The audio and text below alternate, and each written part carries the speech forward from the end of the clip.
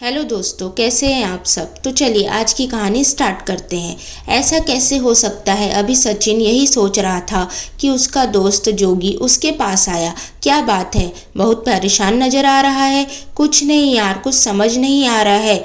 मैंने तुझे जिस लड़की के बारे में बताया था, सुनैना नाम है उसका, वह मुझसे मिलने आने वाली थी। लेकिन मैं 4 दिन से हर दिन जाकर उसका इंतजार कर रहा हूँ। वह उस जगह मिलने आती ही नहीं। सचिन ने परेशान होकर कहा। जोगी बोला, अरे बस इतनी सी बात, उसके घर चला जा। हो सकता है कोई परेशानी हो या घर वालों को तेरे और उसके बारे में पता लग गया हो। इतना परेशान क्यों हो रहा है। सचिन ने अपनी परेशानी बताते हुए कहा, भाई यही तो परेशानी है। मैं 2 दिन से उसका घर ढूंढ रहा हूँ। जिस घर का उसने पता बताया था वहाँ पर वह रहती ही नहीं है। अजीब सी बात यह है कि उस मोहल्ले में उसे कोई जानता नहीं है। यह सुनकर जोगी हंसने लगा।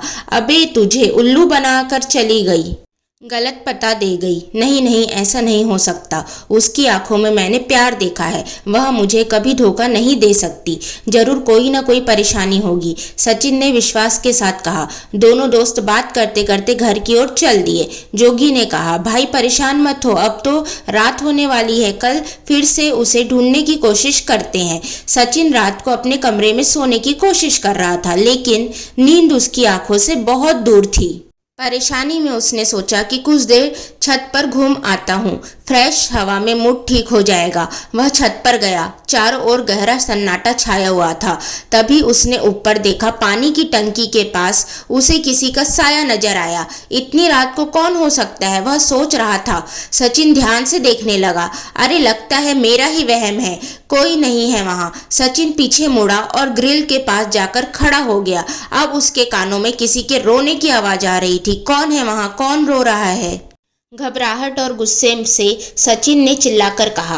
फिर वह आवाज आना बंद हो गई। सचिन बेचैन हो चुका था। वह बड़बड़ाने लगा, एक तो मैं वैसे ही परेशान हूँ, यहाँ छत पर आया था लेकिन यहाँ भी चैन नहीं है। वह बड़बड़ाता हुआ सीढ़ियों की ओर चल दिया। वहां पहुंचकर वह छत का दरवाजा बंद करने के लिए पलटा। तभी उसने देखा छत पर एक लड़की खड़ी है। वह डर गया। कौन हो तुम और इस वक्त क्या कर रही हो यहाँ पर।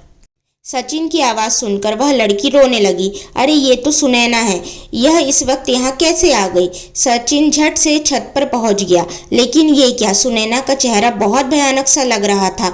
कम रोशनी में वह बहुत भयानक लग रही थी। उसने एक हाथ से खून बह रहा था। यह देखकर सचिन डर गया। उसने नीचे देखा तो उसके पैरों से भी खून बह रहा था। सचिन ने देखा कि छत पर जगह जगह खून बह रहा था।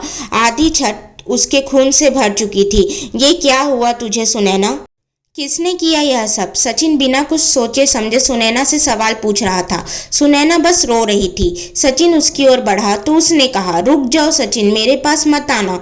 मैं तुमसे बहुत प्यार करती थी लेकिन अब हम कभी नहीं मिल पाएंगे। मैं बस एक बार तुम्हें देखना चाहती थी। सुनैना की आंखों से आंसू बह रहे थे। सचिन ने पूछा, बस एक बार, ये सब कैसे हुआ सुनैना। मैं तुमसे बहुत प्यार करता हूँ, मुझे बताओ क्या हुआ। तुम्हें चलो, मैं तुम्हें अस्पताल लेकर चलता हूँ।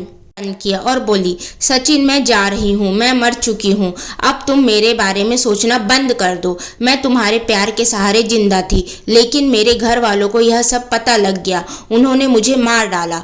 धक से सचिन वहीं खड़ा रह गया। उसके मुंह से एक शब्द भी नहीं निकल पा रहा था। उसकी आंखों से आंसू बह रहे थे। कुछ देर बाद वह बोला, बताओ सुनैना, यह सब किसने किया। मैं उसे जिंदा नहीं छोड़ूंगा।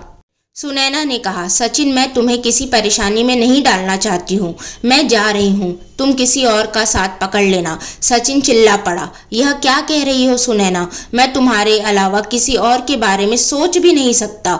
मैं भी जीना नहीं चाहता, मैं भी मर जाना चाहता हूँ। सुनैना रो रही थी। सचिन बार बार उससे बात करने की कोशिश कर रहा था। कुछ देर बाद सुनैना ने कहा, अगर ऐसा है तो जाओ सचिन, छत से खुद कूद जाओ, फिर तुम मेरे साथ आ जाओगे, हम साथ साथ रह सकेंगे। सचिन बिना कुछ सोचे समझे तेज कदमों से चलता हुआ रेलिंग के पास पहुंच गया। वह रेलिंग पर चढ़ने लगा। एक बार उसने पीछे मुड़कर देखा। सुनैना उसे देखकर हंस रही थी। सचिन ने वहीं से आवाज दी, रुको सुनैना, मैं भी आ रहा हूं तुम्हारे पास। वह रेलिंग पर चढ़ गया। सचिन कूदने ही वाला था, तभी किसी ने उसके पैरों को कस के पकड़ लिया। तेज झटके के साथ एक आदमी ने सचिन को रेलिंग से नीचे खींच दिया। सचिन छत पर गिर गया। सचिन ने गुस्से से कहा, अबे कौन है तू, कहाँ से बीच में आ गया। दोनों खड़े हुए तो देखा सामने जोगी खड़ा था। उसने सचिन के गाल पर जोर से चाटा जड़ दिया। मैं तेरी जान बचाने आया था, नहीं तो तू अभी उस चुड़ैल का शिकार बन चुका होता। सचिन ने देखा छत पर उसके माता पिता, उसका छोटा भाई सब खड़े थे। वह चिल्लाने लगा, सुनैना कहाँ हो तुम, मेरे पास आ जाओ। जोगी ने उसका गिरेबान पकड़ा और लगभग धक्का देते हुए बोला, वो सुनैना नहीं रजिया थी, उसे मरे 15 साल हो गए हैं। उसके प्रेमी ने उसे धोखा दिया था, उसने उसका फायदा उठाकर उसे मार दिया। तब से वो इसी तरह सुंदर लड़कों को अपने जाल में फंसाती है और उन्हें आत्महत्या करने के लिए उकसाती है। नहीं, ये नहीं हो सकता, मेरी सुनैना ऐसा नहीं कर सकती, तुझे कुछ गलतफहमी हुई है, सचिन ने जोगी से अपने आप को छुड़ाते हुए कहा। सचिन के पापा ने बीच में टोकते हुए कहा, सचिन यह तुम्हारा सच्चा दोस्त है, जिस लड़की के प्यार में तुम पागल हो रहे थे ये उसका पता लगाने पहुंचा। बहुत खोज करने के बाद उसे यह सब पता लगा। यह ठीक कह रहा है, इतनी रात को यह यही सब बताने के लिए आया था। यह हमें नीचे सारी बात बता रहा था। तभी तुम्हारे चिल्लाने की आवाज़ सुनकर हम छत पर आए तो देखा तुम अकेले बड़बड़ा रहे थे, फिर तुम कूदने चल दिए, तब इसने रोका। सचिन अपना सिर पकड़कर वहीं पास पड़ी एक कुर्सी पर बैठ गया।